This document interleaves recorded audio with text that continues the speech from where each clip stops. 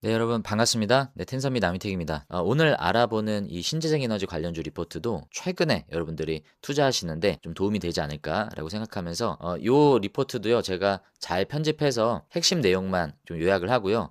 멤버십 안에서 말씀드리는 특정 종목에 대한 좀 노골적인 코멘트는 공개 방송에서 다 삭제합니다. 그래서 여러분들이 요게 중복되는 내용이긴 하지만 공개 방송에서는 그 멤버십에 언급되었던 코멘트가 제한적으로 나간다는 부분들 좀 참고하시고, 앞으로도 좀 그런 방향으로 제가 컨텐츠는 좀 올려드리도록 하겠습니다. 오늘 알아볼 리포트는 교보증권에서 나온 리포트입니다. 요게 페이지가 딱 100페이지를 채웠어요. 분량이 상당합니다. 여기에서는 태양광과 풍력 관련된 내용을 주목을 하고요. 네, 에너지 패권의 서막이 시작됐다. 이란 전쟁이 발발하면서 지금 에너지 의존도 그리고 에너지 자립에 대한 내용이 다시 한번 부각이 되고 있죠. 사실 큰 화두가 됐었던 건 우크라이나 러시아 전쟁을 통해서 이 러시아산 가스의 의존도가 컸었던 이 유럽 국가들 안에서 에너지 자립 그 니즈가 굉장히 부각이 됐고요.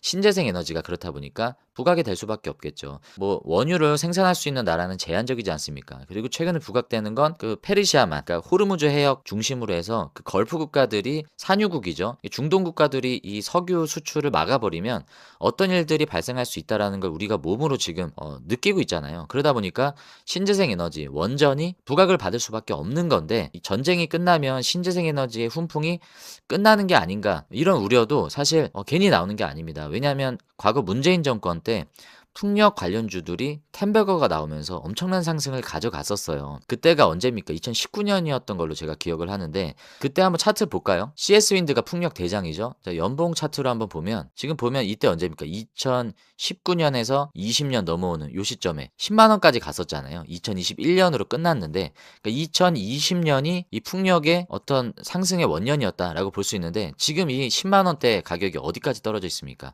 최근에 보면 3만 원까지 빠져 있었었죠. 그러니까 이게 작년 1월만 해도 3만 원까지 빠져 있다가 그나마 최근에 좀 올라온 상황인데, 10만 원까지 올랐었던 주가가 시작점을 보면 13,000원, 뭐 12,000원대부터 시작을 했다라는 거죠. 그러니까 1년 만에 거의 10배 가까이 올랐던 게 풍력 시장이었다. 과거에 이런 것을 우리가 경험을 하다 보니 지금 시점으로 와보면 전쟁이 끝나면 과거처럼 다시 주가가 또 조정이 있지 않을까라고 우려를 우리가 가져갈 수 있는데, 그때와 지금은 다르다라고 제가 말씀을 드리는 첫 번째 배경은 뭐냐면, 그때도 민주당 정권이었고 지금도 민주당 정권이지만 그때 당시에는 전쟁이 발발하기 이전이었고요. 에너지 의존도, 에너지 자립에 대한 국제적인 이슈가 부각이 되기 이전이었습니다. 그저 뭐 친환경, 탄소 저감 뭐 이런 차원에서 친환경 기조로 움직였었던 내용이었고, 그때는 진짜 마치 뭐 풍력이 당장이라도 대체가 될 것 같은 흐름이었지만, 그때부터 지금까지 풍력 에너지가 1기가와트도 건설이 되지 않았습니다. 1기가와트는 어느 정도 수준이냐면요, 대형 원전 1기가 가동하는 에너지예요.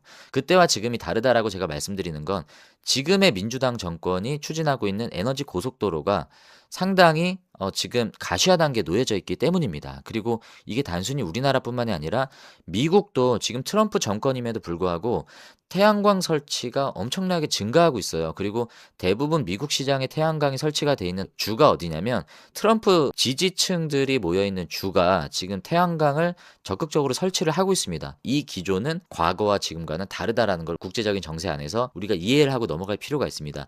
그렇다는 건 이제 배경은 얘기가 끝난 거예요. 걱정할 필요가 없다라는 거죠.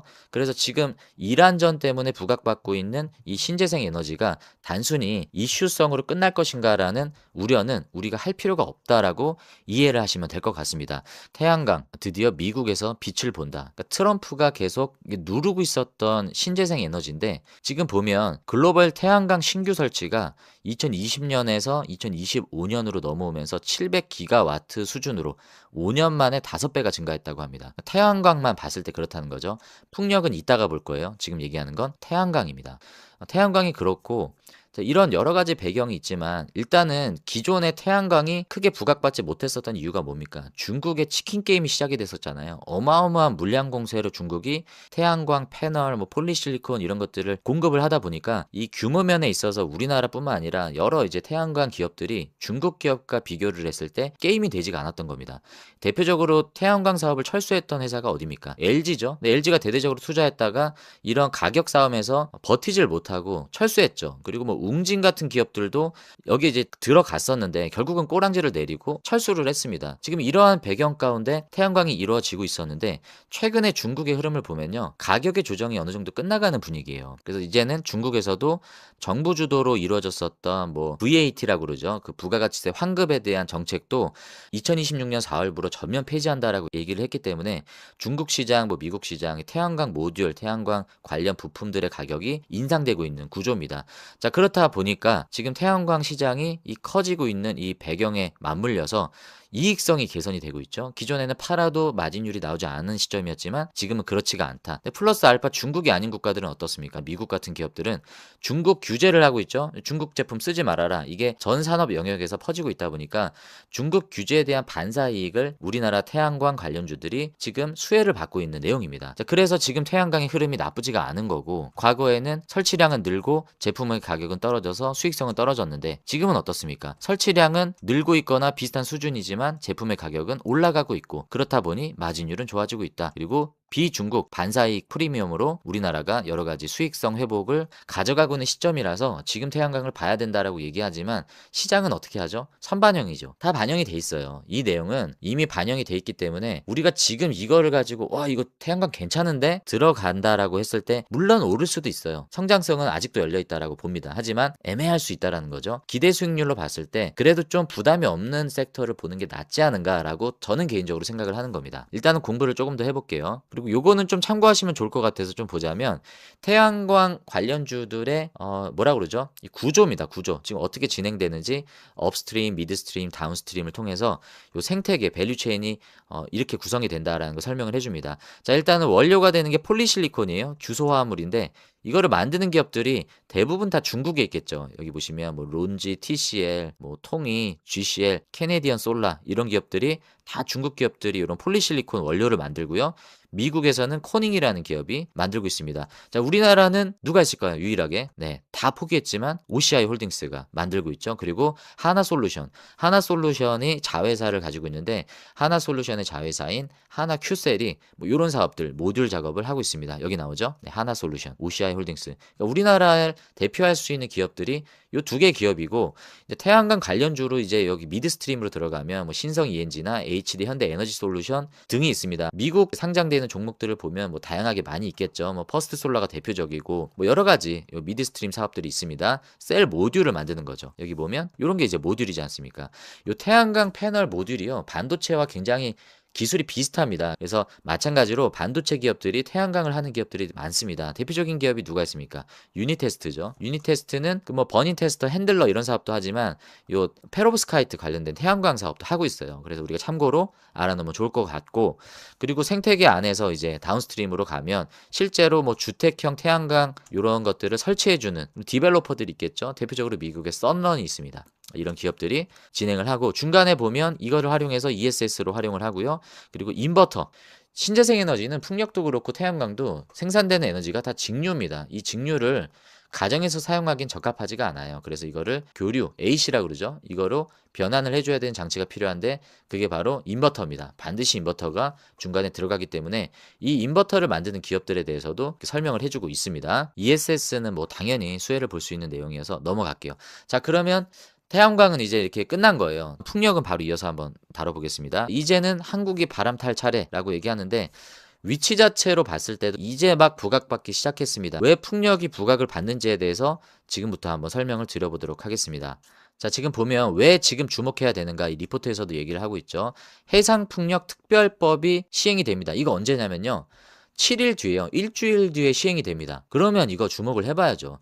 지금부터 이거를 볼 건데 일단 이 내용을 봤으니까 이 내용에서 설명하는 걸 조금 더 보겠습니다. 에너지 고속도로 입찰이 연내 예정돼 있다. 26년에 에너지 고속도로 입찰이 진행이 되고요.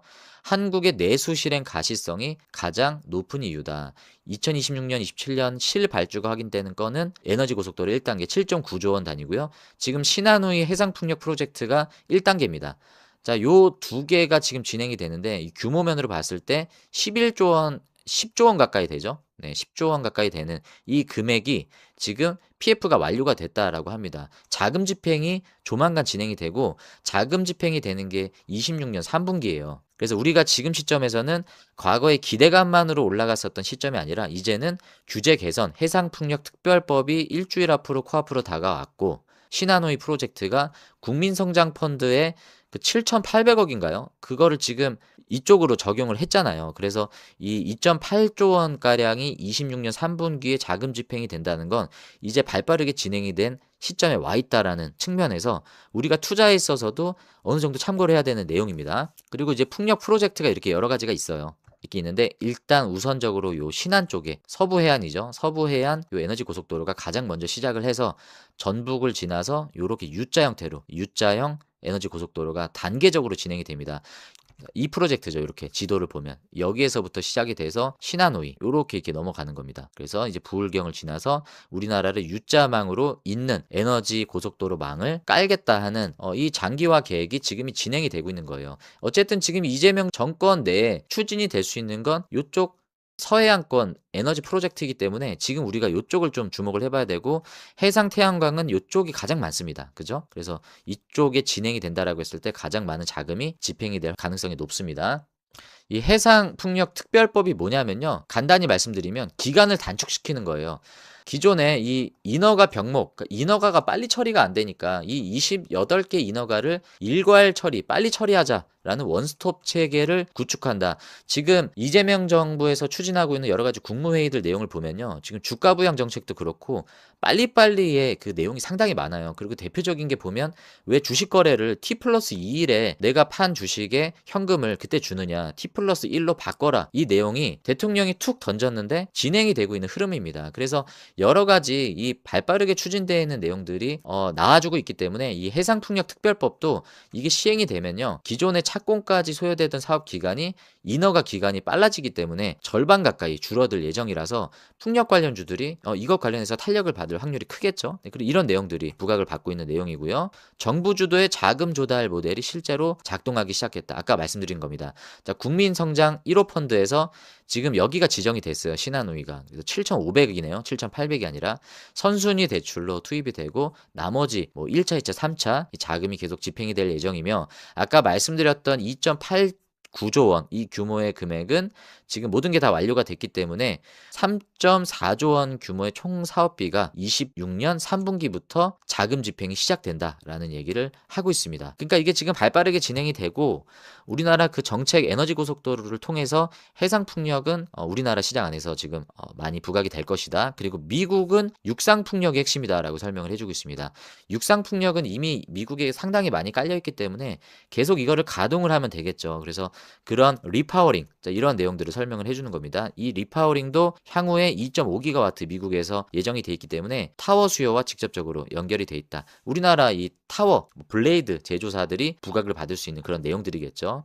그리고 지금 유럽이 당연히 이 풍력 시장에서 부각을 받지만 아시아 쪽으로 보면요. 대만이 굉장히 공격적으로 이 풍력 시장에서 이 추진을 하고 있습니다. 그것에 대한 내용들을 설명을 해주고 있습니다. 그리고 요 내용을 좀 한번 볼까요? 이거는 사실 LS 마린 솔루션에 관련된 내용입니다.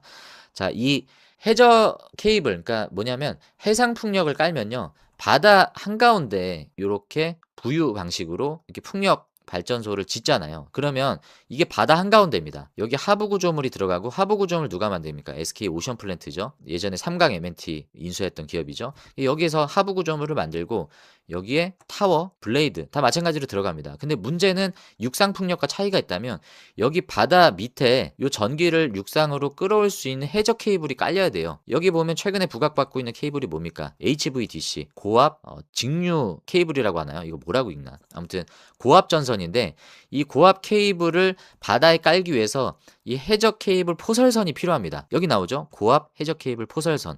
이게 CLV라고 얘기하는 포설선인데요.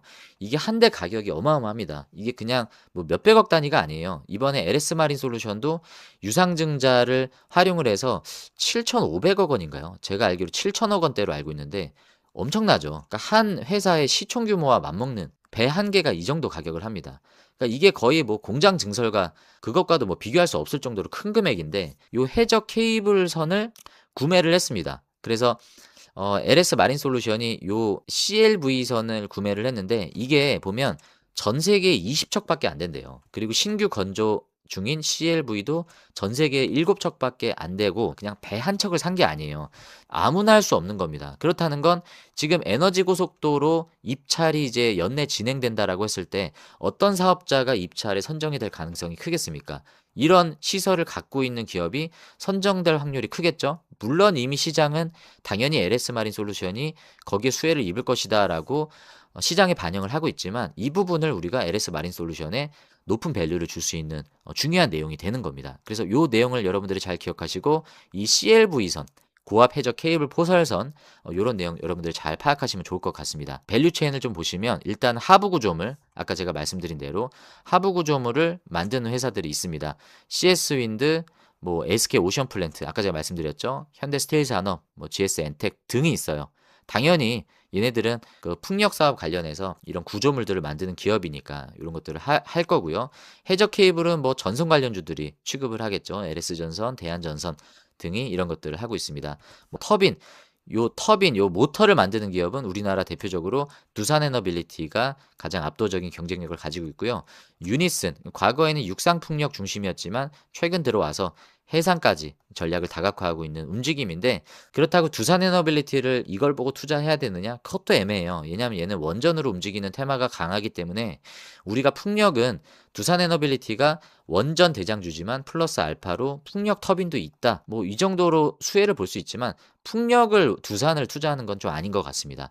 그래서 일단은 우리나라는 터빈 관련주를 투자하는 것보다는 나머지 쪽을 보는 게 맞다라고 저는 보고요. 디벨로퍼는 전반적인 풍력 사업을 주도하고 추진하는 말 그대로 이제 개발자입니다. 이 프로젝트를 담당하는 개발자인데 우리나라를 대표할 수 있는 디벨로퍼가 누굽니까? SK 이터닉스죠. 그리고 최근에 SK 이터닉스의 최대 주주가 원래는 그 누구였죠? 요 지분을 팔았잖아요. KKR이라고 하는 사모펀드 쪽으로. 그래서 SK는 요 KKR이 합작 법인을 가지고 있는 요 KKR이 진행을 하게 됐습니다. 그래서 이 풍력 사업, 신재생 에너지 더군다나 이 디벨로퍼 사업 쪽으로 가면 SK 이터닉스가 SK 그룹사 안에서는 주도적으로 할 수밖에 없는 흐름으로 지금 이어지고 있습니다. 요 사모펀드는 어쨌든 투자자죠, 투자자. 얘네가 뭐 주도하진 않을 테니까 SK 이터닉스가 이 풍력 밸류체인 디벨로퍼 안에서는 가장 주도적인 역할을 한다라고 봐야 되고 글로벌 디벨로퍼는 덴마크의 오스테드죠. 우리가 잘 알고 있는 기업입니다.